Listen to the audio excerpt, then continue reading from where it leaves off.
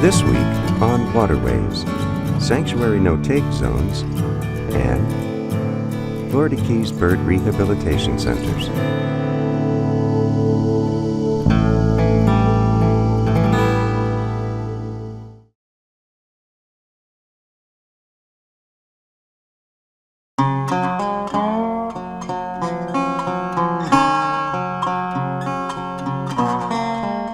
The Florida Keys have long been known to provide for a productive multi-species coral reef fishery and a billion-dollar tourist economy. Contrary to popular perception, these ocean resources are finite and human activities can be devastating. Although it was once believed that fishing could not harm wild populations, the collapse of major fisheries show that most, if not all, marine resources are exhaustible. I will say this, our research suggests though that a lot of our species are being caught on a non-sustainable rate, that we need to do better protection and more protection to maintain the health of those stocks. Many fisheries around the world have been depleted or have collapsed entirely, such as the reef fisheries in Bermuda and Puerto Rico. For the first time in history, we have the ability to catch fish faster than they are produced. New technologies like GPS systems and echolocation devices have shifted the advantage of fishing to the fishermen. We now realize conservation is extremely important to our well-being, because if we don't take care of the health of our marine ecosystems, we won't have jobs, we won't have an economy, we won't have recreation and employment and all the things that we value here in the Florida Keys. To ensure that fish stocks like groupers and snappers do not collapse, the Florida Keys National Marine Sanctuary has established marine reserve areas, sometimes called no-take zones, within the boundaries of the sanctuary.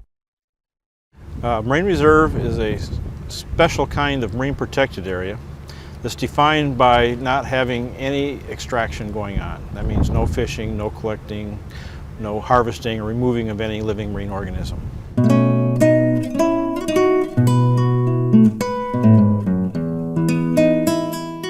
Concept's simple, that by removing human interference, nature can take care of itself and the system can survive. It's been able to evolve and survive for millions of years without human interference, and by removing human disturbance, it can continue to be healthy in the future. One of the first marine reserves in the United States was started in 1962 as an accidental byproduct of restrictions in boating set around Cape Canaveral Space Center.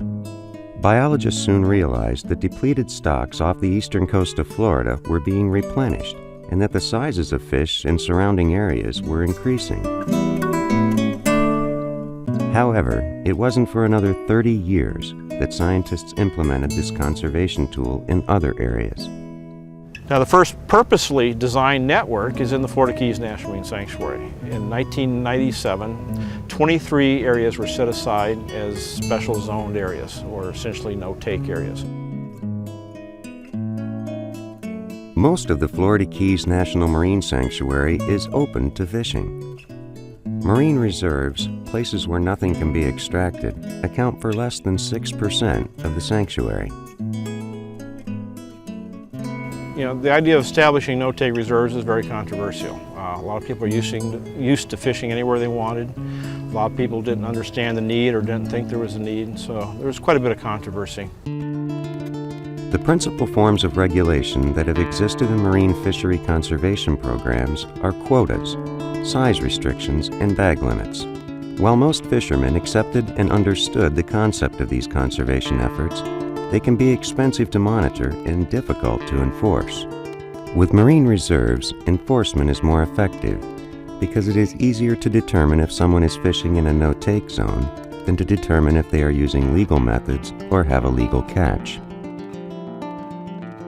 Quotas and bag limits can also be ineffective due to fish mortalities after the fish is released. Fish often die when caught in deep water because of injuries associated with depth changes. And even when handled properly, many die because of the way they were hooked.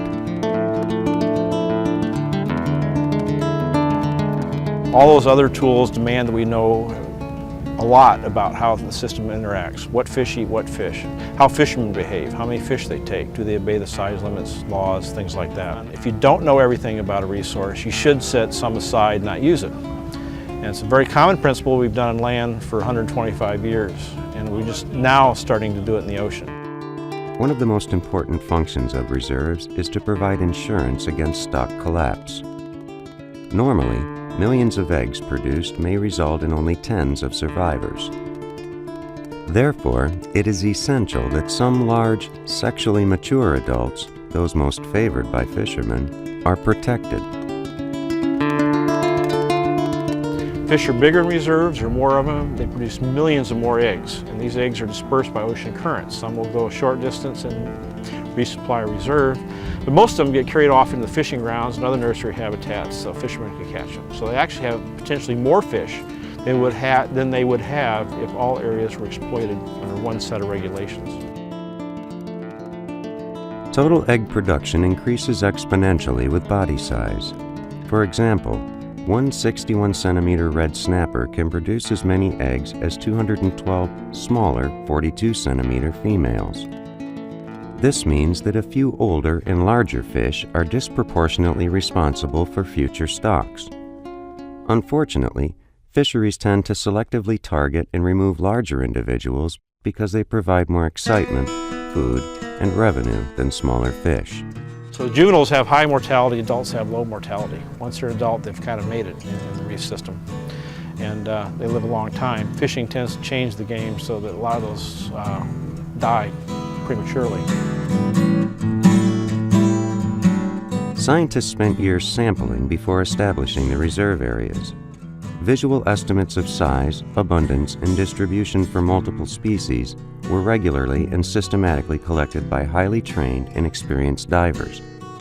Areas chosen for reserves were positioned to take advantage of oceanographic processes that favor larval dispersal and recruitment.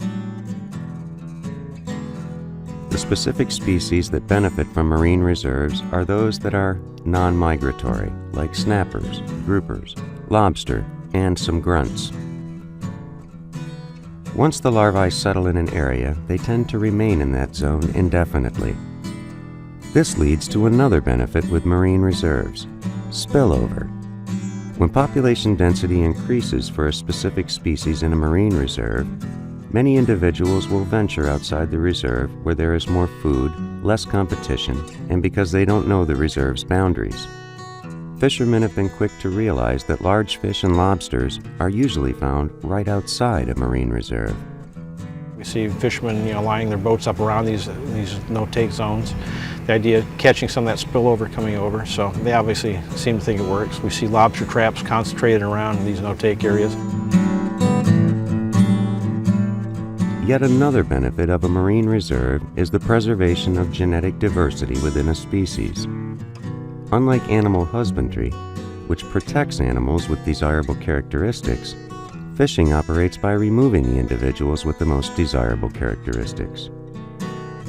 This results in fish stocks with less desirable traits, smaller, slower developing, and genetically inferior fish. It also protects the genetic quality of these fish, because this allows these areas where these fish are slow growing, get old, live very long times, decades, can be dumb, grow fast. All these things can be selectively removed by fishing. So by having some of these areas protected, we can maintain the quality of the fish stocks, not just the quantity. One goal of the Florida Keys National Marine Sanctuary is to provide a scientific basis for assessing the effectiveness of marine reserves for coastal ecosystem management.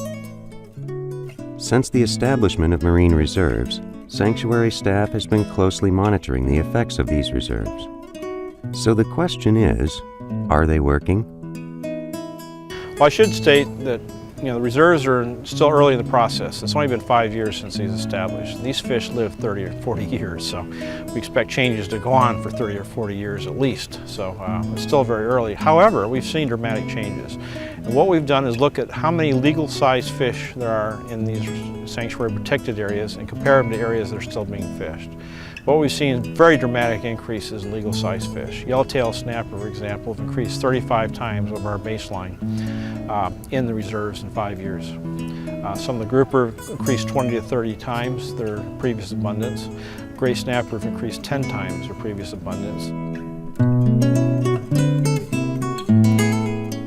The only way to have an understanding of the impacts of human activities on natural systems is to have reference areas with minimum human impact. These protected areas can also demonstrate which changes are natural and which are caused by human activities. A fisherman that starts fishing in the 1980s has a quite different experience and expectation than someone that started in the 1950s. And that would be different than someone who started in the 1930s, is that as the resource declines, as people come in and adjust to it, they shift their baseline based on their own experience. Politicians and the public have been unconcerned about the depletion of fish stocks because the fish are still showing up from somewhere. The decimation is out of sight, under the waves, and most people don't remember or don't know what used to be there. The baseline has shifted. When I came to Florida as a kid, there were 5 million people in Florida. That's in 1960. By the year 2000, we have 16 million people in Florida, and they're all wanting to use those resources. And we're just reaching limits to what the ecosystem can support. So we just need to be very clever in maintaining the health of that system so we have jobs for employment and fish and operations, recreation, and all the things that our economy depends on. Except in the Tortugas, marine reserves in the Florida Keys National Marine Sanctuary are easily identified by large yellow buoys used as boundary markers. Boaters need to follow the #1 rule of the oceans. Know where you are at all times, especially if you are fishing in the vicinity of a marine reserve.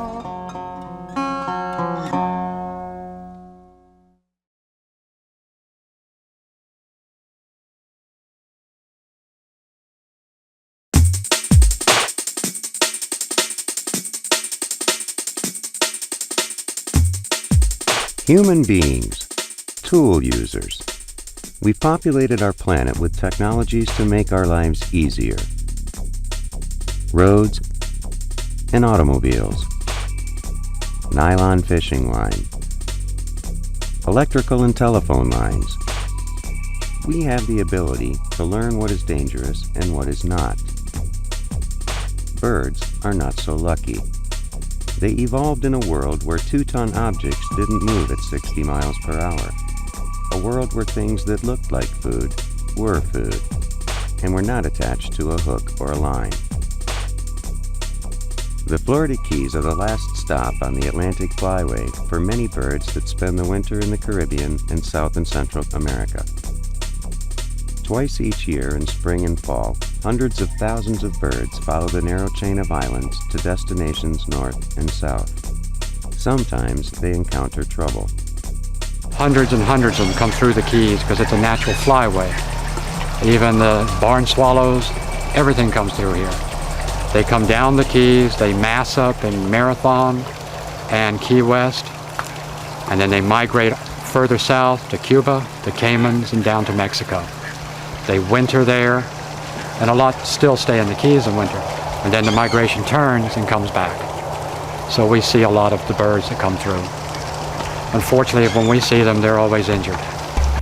Thousands of birds are injured every year in the Florida Keys, and fortunately, there are 4 rescue and rehabilitation centers to mitigate the damage. In Tavernier, there's the Florida Keys Wild Bird Center. In Key West, there's Wildlife Rescue of the Florida Keys. In Big Pine, there's the Exotic and Wild Bird Rescue of the Florida Keys. And in Marathon, there's the Wild Bird Center. When we started, we got about 200 birds a year, and now we get about 700 birds a year. So I would have to say that people are much more aware that we're here and that there is a place to take injured birds for care. During our migration, we see a lot of dehydration and malnourishment in the younger birds making their first migration. But mostly, I'd say between 85 and 90% of what we get in is directly man-caused, whether it be fishing lures and fishing line that was just discarded into the water, impact with cars and boats. Unfortunately, we do see some cruelty to animals also as a direct result of humans. Fishing line, lures, and hooks are the cause of injury for 80% of the birds treated at the center. Birds like pelicans, gulls, and cormorants are as attracted to bait and lures as fish are.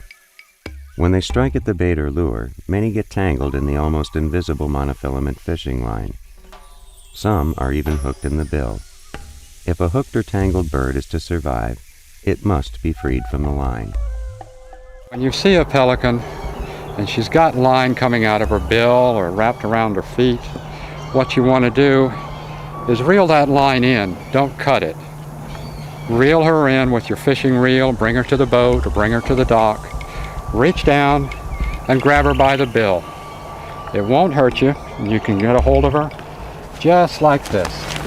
So you've reeled her in, you grabbed a hold of her, and just reach down and pick her up. Have no fear. Even though the bird is struggling and flaps its wings, it only weighs about 6 pounds, and it's really quite harmless when handled properly. If the bird has deep cuts or if a pelican's pouch is ripped, call one of the 4 local bird rescue centers located throughout the Keys.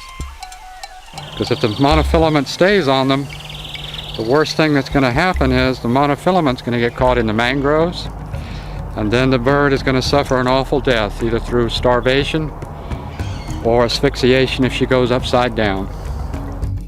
Each year, anglers leave behind miles of line that have snagged on mangroves or submerged objects. Thousands of yards of this fishing line ends up tangling itself around the bodies of unsuspecting birds. Conservationists are encouraging anglers to retrieve their cut or snapped line, and they are trying to make it easier for fishermen to pitch in. Now these recycling bins are being mounted throughout the Florida Keys. Hopefully within the next year we'll have them mounted at every fishing bridge, every fishing pier. It's a place for you to safely discard your used monofilament line. The gentleman who's been distributing these throughout the Keys said that they have already collected up over 500,000 pounds of used monofilament, which was kept from being dumped into the wild. So just look for these at all your boat ramps, fishing piers, bait shops. They'll be available all throughout the Keys. Dispose of your monofilament line properly. The number of birds brought into Florida Keys bird centers has increased steadily over the years. It may be that there are more anglers on the water, and these anglers are leaving more fishing line. Or it may be the result of a more educated and conscientious public. A long time ago, the seabirds were considered adversaries. You know, they would mess things up for them. But now they use the birds to find the fish. And it's become really symbiotic with them. And the fishermen now bring the birds in.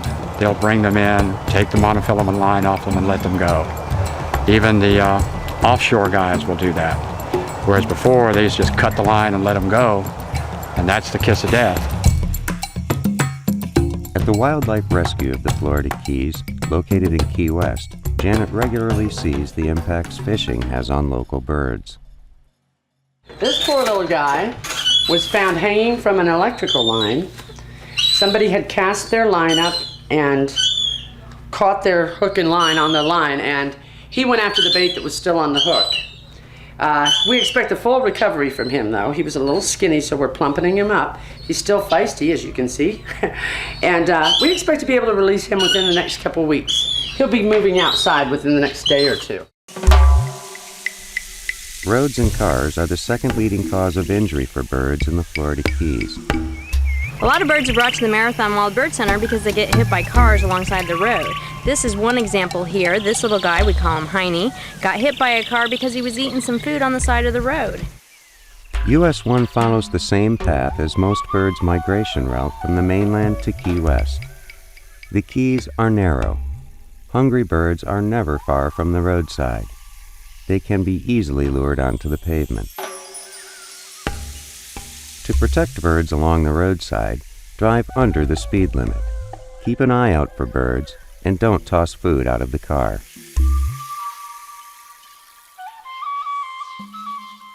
All the birds at the Wildlife Rescue in Key West are considered wild, with one exception. chickens of Key West, they were introduced back, it started as early as the 1800s. They were brought in for poultry, eggs, and of course cockfighting. Cockfighting is very prominent in the Cuban heritage. It's considered a sport of kings. Chickens kept in Key West have found their way into the wild. Fighting cocks that have passed their prime are turned out into the wild.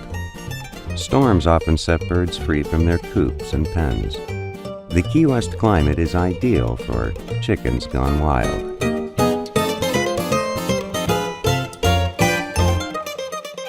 Our concern is that they are eating a food source meant for our wildlife, especially our migrating wildlife. We are the last stop for fresh water and food before these animals make their open ocean crossing, headed south for the winter. And a few chickens is okay, but too many running around is going to cause a shortage of food for the wildlife that's meant to be here. To protect wildlife and the chickens, Wildlife Rescue started an adoption program. To advertise, they sent flyers across the state. The advertisement invited animal lovers to own a genuine Key West gypsy chicken. The response was overwhelming and came from all over the state, from all types of people. We have been approached by a soup company, by 2 different alligator farms, which we turned all of them down flat.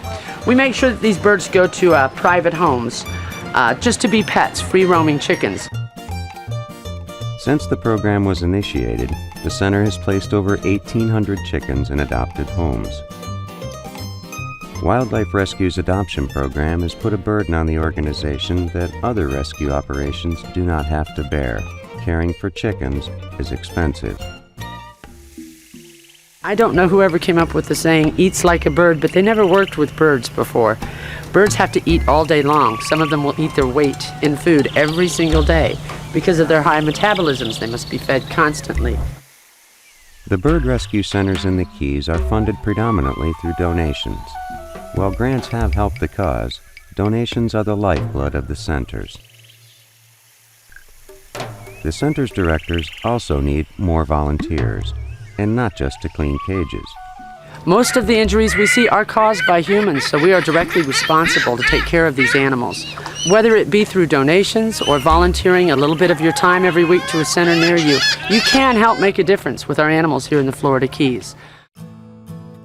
Birds thrill us with their songs, their plumage, and their behavior.